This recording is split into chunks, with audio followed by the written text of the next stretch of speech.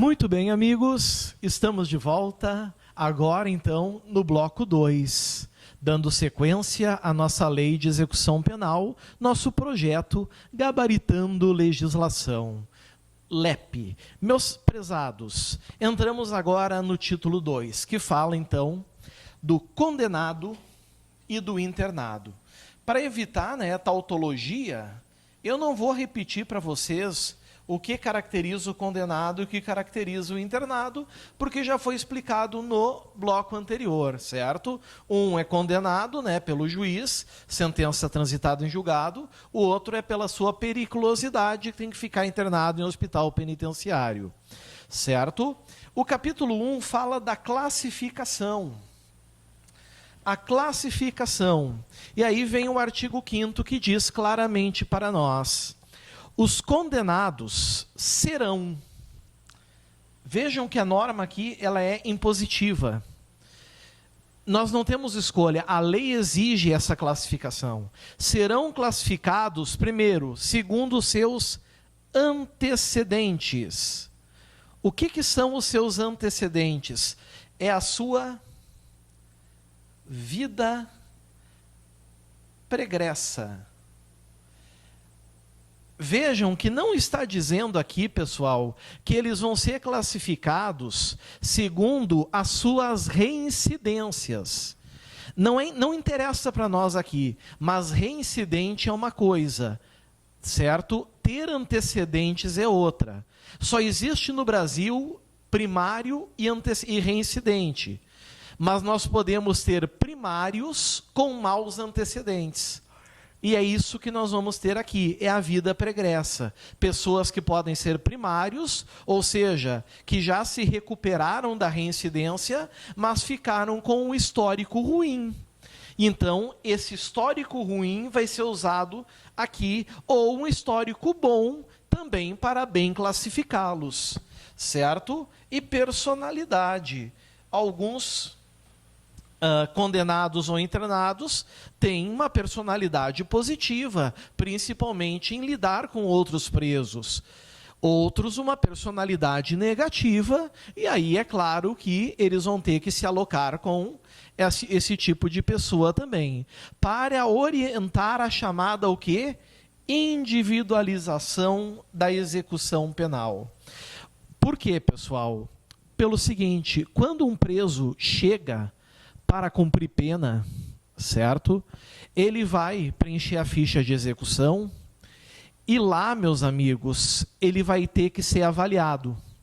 E ele vai ter a sua ordem de execução, o seu cumprimento de execução só para ele. Não é uma individualização coletiva, é um plano para ele.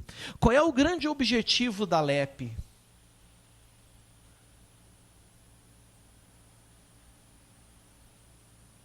Muitos devem estar rindo do outro lado, né? Nós temos um sistema prisional, um sistema carcerário falido, né? Mas o objetivo da LEP é exatamente esse que vocês estão vendo aí. Ressocializar, é a ressocialização. Não é a mesma coisa que o objetivo da pena. O objetivo da pena é, primeiro, punir, castigar, certo? Uma prevenção geral, ou seja, prevenir a sociedade, cuidar da sociedade. Uma prevenção especial, ou seja, amigos, punir o indivíduo, certo? Castigá-lo, mostrar para a sociedade o que vai acontecer se alguma outra pessoa cometer um crime, um deslize, mas também ressocializar. A lei de execução penal não busca punir, ela não busca castigar. A LEP, ela busca ressocializar, fazer com que o sujeito volte ao convívio social. Ela acredita no convívio social, certo? Então, por isso, nós vamos ter essa classificação, com os antecedentes e a personalidade. E assim fecha a individualização. Sabemos como lidar com aquele condenado ou com aquele internado. Artigo 6º. A classificação será feita por, atenção para esse órgão que eu vou destacar aqui, Comissão Técnica de Classificação. Por quê? Porque esse órgão ele tem uma série de funções. Essa é a primeira que os senhores estão vendo, mas vocês vão ver que eles vão ter muitas outras. Certo? E o que vocês vão ter que saber em prova e não errar de jeito nenhum? Primeiro, do que ele é composto, e logo nós vamos ver, e as suas atribuições. Tá?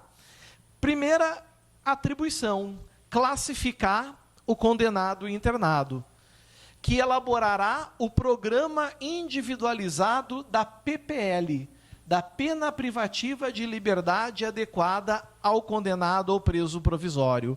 O que é pena privativa de liberdade? Certo? É a reclusão ou a detenção.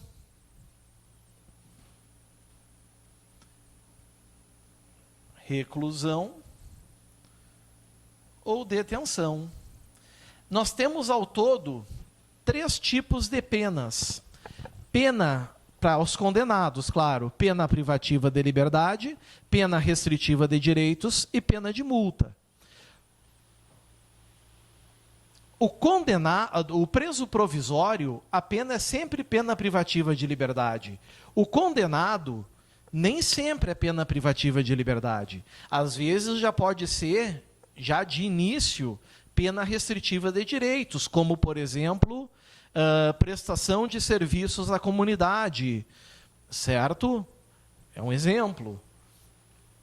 Então, cuidem isso. E vejam que essa comissão técnica, ela vai preparar e elaborar o programa de individualização tanto para o condenado como para o preso provisório, para ambos, para os dois. Então, cuidado em relação a isso. Mas agora vem a carta na manga, né? A carta na manga, que é o artigo 7º. É o mais importante, artigo 7º-A. A comissão técnica de classificação existente em cada estabelecimento. Vem uma questão em prova dizendo que é possível existir um estabelecimento prisional sem comissão técnica de classificação. Vai estar certo? Não, vai estar errado. Em cada estabelecimento será, norma obrigatória, presidida pelo diretor. Isso não tem falha. É sempre o diretor da casa o presidente. Sempre. Não tem exceção. Certo? Será presidida pelo diretor. O diretor preside. E a composição, no mínimo, se diz no mínimo, por 2, significa que pode ter 3, 4, 5, 6. O que não pode é ter 1. Concordam comigo? O que não pode é ter 1, mas pode ter, no mínimo, 2. Chefes de serviço, 1 psiquiatra, 1 psicólogo e 1 assistente social. Então, incluindo o diretor, será 1, 2, 3, 4, 5, 6. 6, no mínimo 6 pessoas. Mas cuidado. Muitos dizem assim, é fácil decorar. A comissão técnica de classificação é composta sempre, no mínimo, por 6 pessoas. Errado. Não é sempre. Isso é quando se tratar de condenado a pena privativa de liberdade. A PPL. Lembrem que nós temos também penas restritivas de direitos e nós temos também pena de multa. Então, cuidado, é no mínimo 6 aqui. Parágrafo único. Nos demais casos, penas restritivas de direitos e pena de multa, a comissão atuará junto ao juízo da execução e será integrada por fiscais do serviço social. E aí, esqueçam essa regrinha do artigo 7º-A. Ele é apenas para a pena mais grave, que são as penas privativas de liberdade, as penas de cadeia, né? Certo? Vejam que armadilha que pode vir aqui para nós.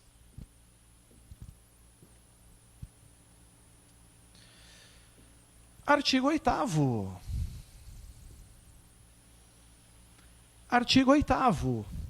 O condenado. Vejam que o artigo 8º, ele não está falando aqui do preso provisório.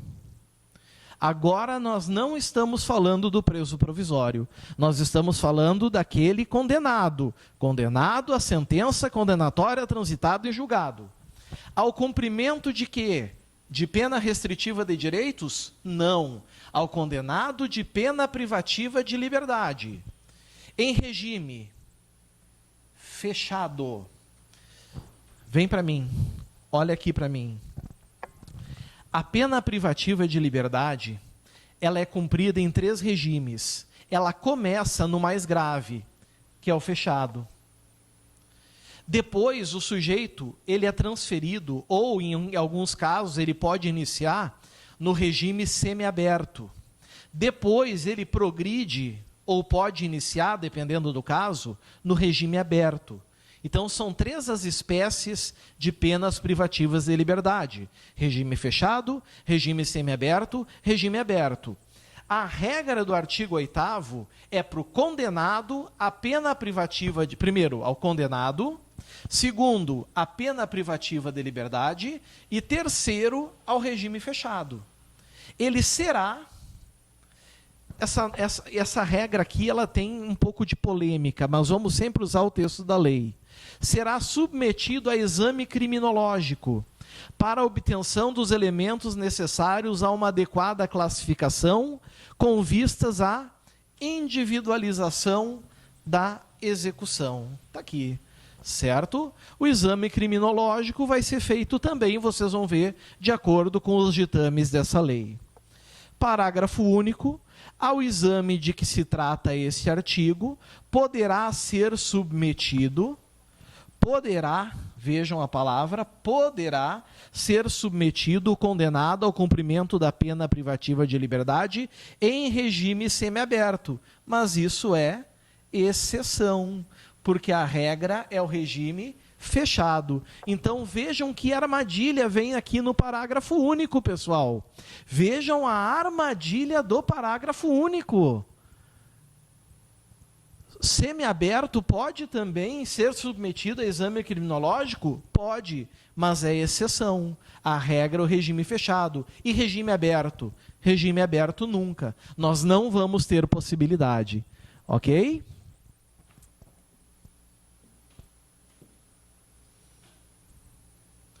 E aí vem a nossa questão, né? Banca IBAD, órgão SEJUD-H, Mato Grosso, prova IBAD 2017.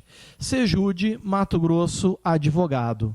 Segundo o artigo 5º da Lei de Execução Penal, os condenados serão classificados segundo seus antecedentes e personalidade, para orientar a individualização da execução penal, tratando-se de start do princípio da igualdade? Não. A classificação não é para igualdade, né? A igualdade já vem em outro artigo que disse que não há distinção de raça, religião, orientação sexual, etc. Legalidade, é óbvio, amigos, que na Lei de Execução Penal, tudo que está ali tem que ser cumprido segundo a LEP e o Código de Processo Penal. Jurisdicionalidade, pessoal, a LEP não é só jurisdicional, ela também é administrativa. Ou seja, em alguns casos, decide o juiz de execução penal. Em outros casos, decide o diretor da penitenciária. Mas isso não é o objetivo